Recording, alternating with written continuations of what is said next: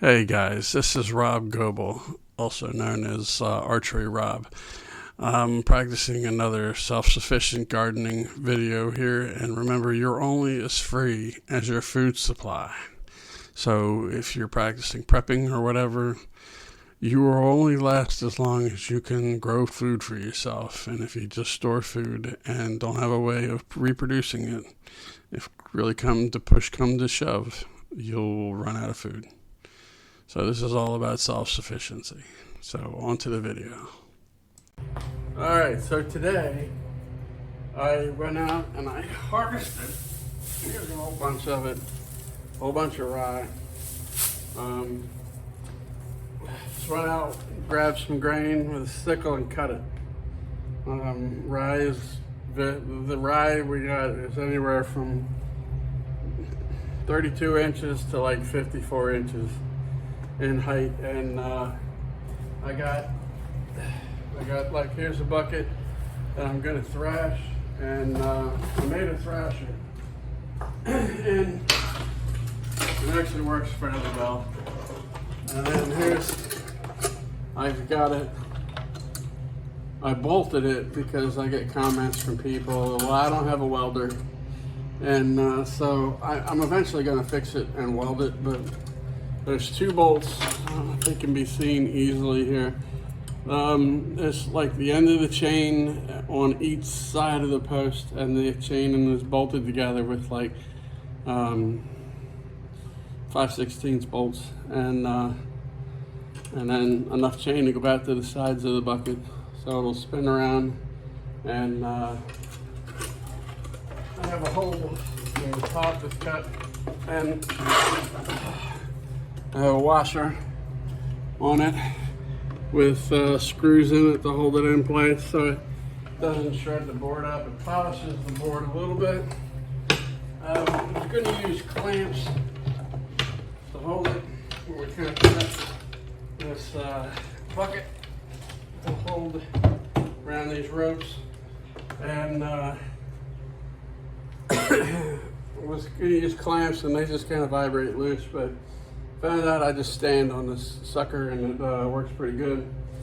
I don't know if you can see it, but this bucket is getting like little ding marks from the chain hitting it. So we'll see how this works.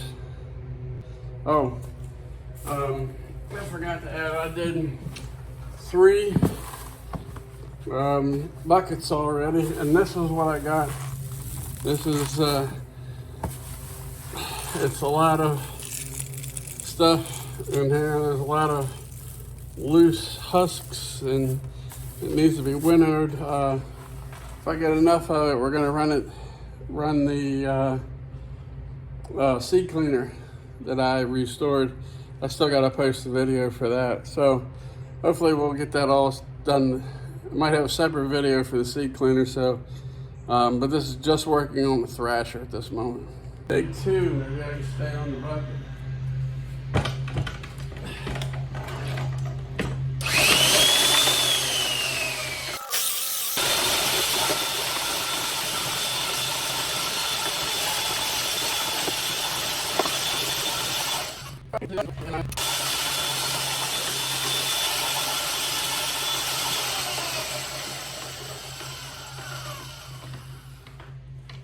All right. I usually got to do this twice, and this is why.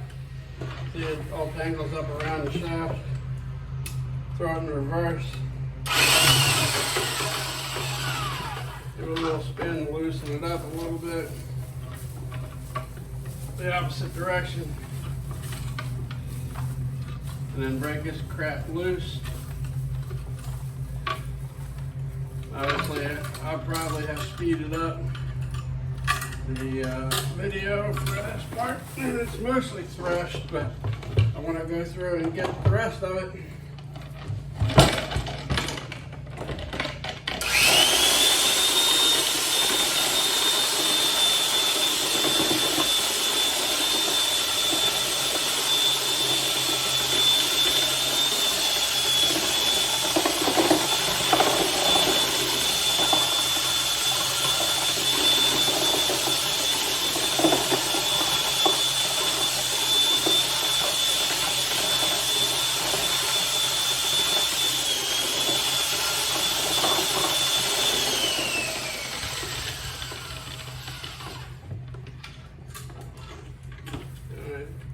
second time, got a little stuff on the shaft still, but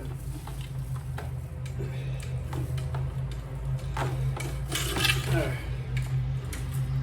Get this off to the side here.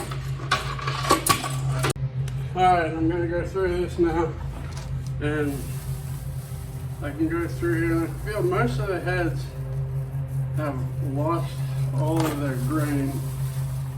There'll be a few heads that got a couple seed heads in them, they just didn't come out. I'm just not going to really worry with it. Maybe I'll build a bigger, better thresher, which might be the idea. Kind of rake this off to the side.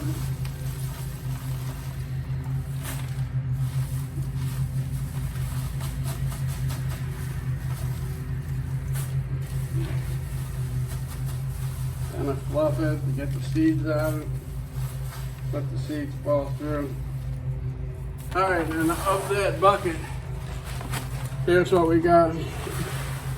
There's, you can hear the seeds. There's a little bit of fluff come out. And then this is going to go into my other bucket to be cleaned, because there's be winnowed or run through the seed clean. So, alright, and I just want to share, I did this the other week. It was hot, and I would grab a cluster of these grains, and I saw somebody had a video where you go like this and they rub it over it, and it de-seeds the head and breaks it all up into manageable parts. But that's a hell of a lot of work, and I really don't think it's worth it. Yeah, it can be done. Yeah, it's more thorough. Takes a god-awful amount of time, and is an intensely amount of work. It's just, this using the drill makes things simpler. It might waste a little bit, but it's so much easier.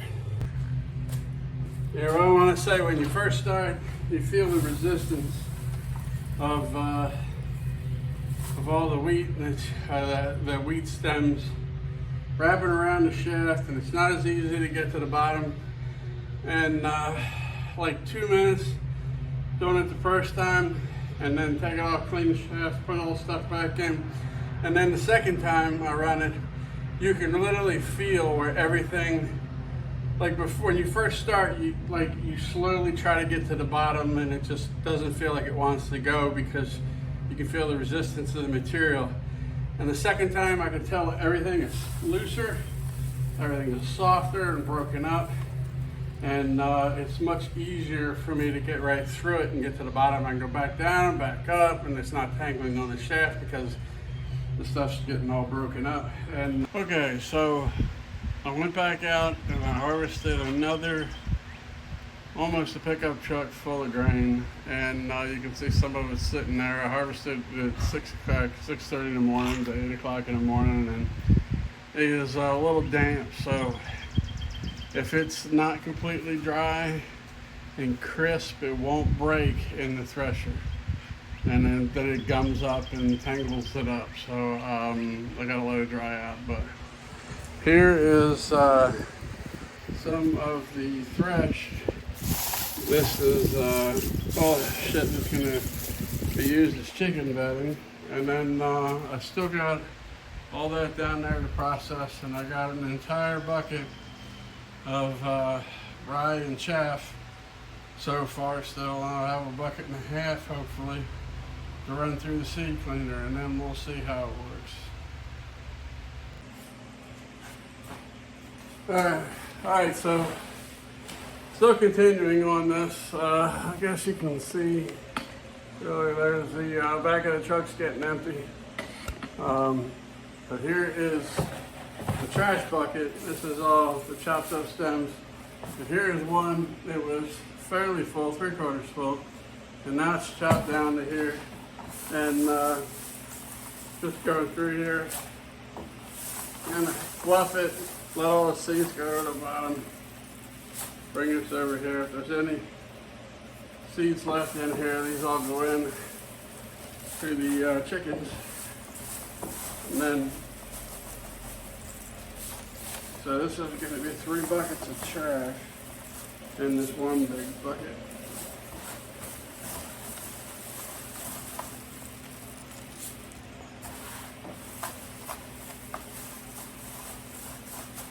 Try to get most out what I can get out of it, but I start grabbing too big of pieces and stuff. I grab some of the empty heads and stuff, and that's what the seed cleaner winnowing's for.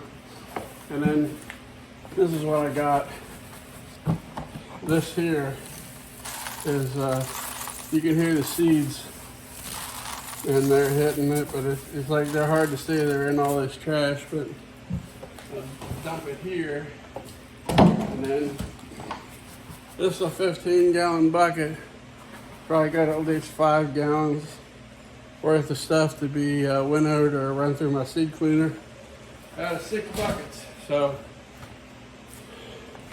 gonna have to finish all that up right there and see what we got left and run another video on running the seed cleaner.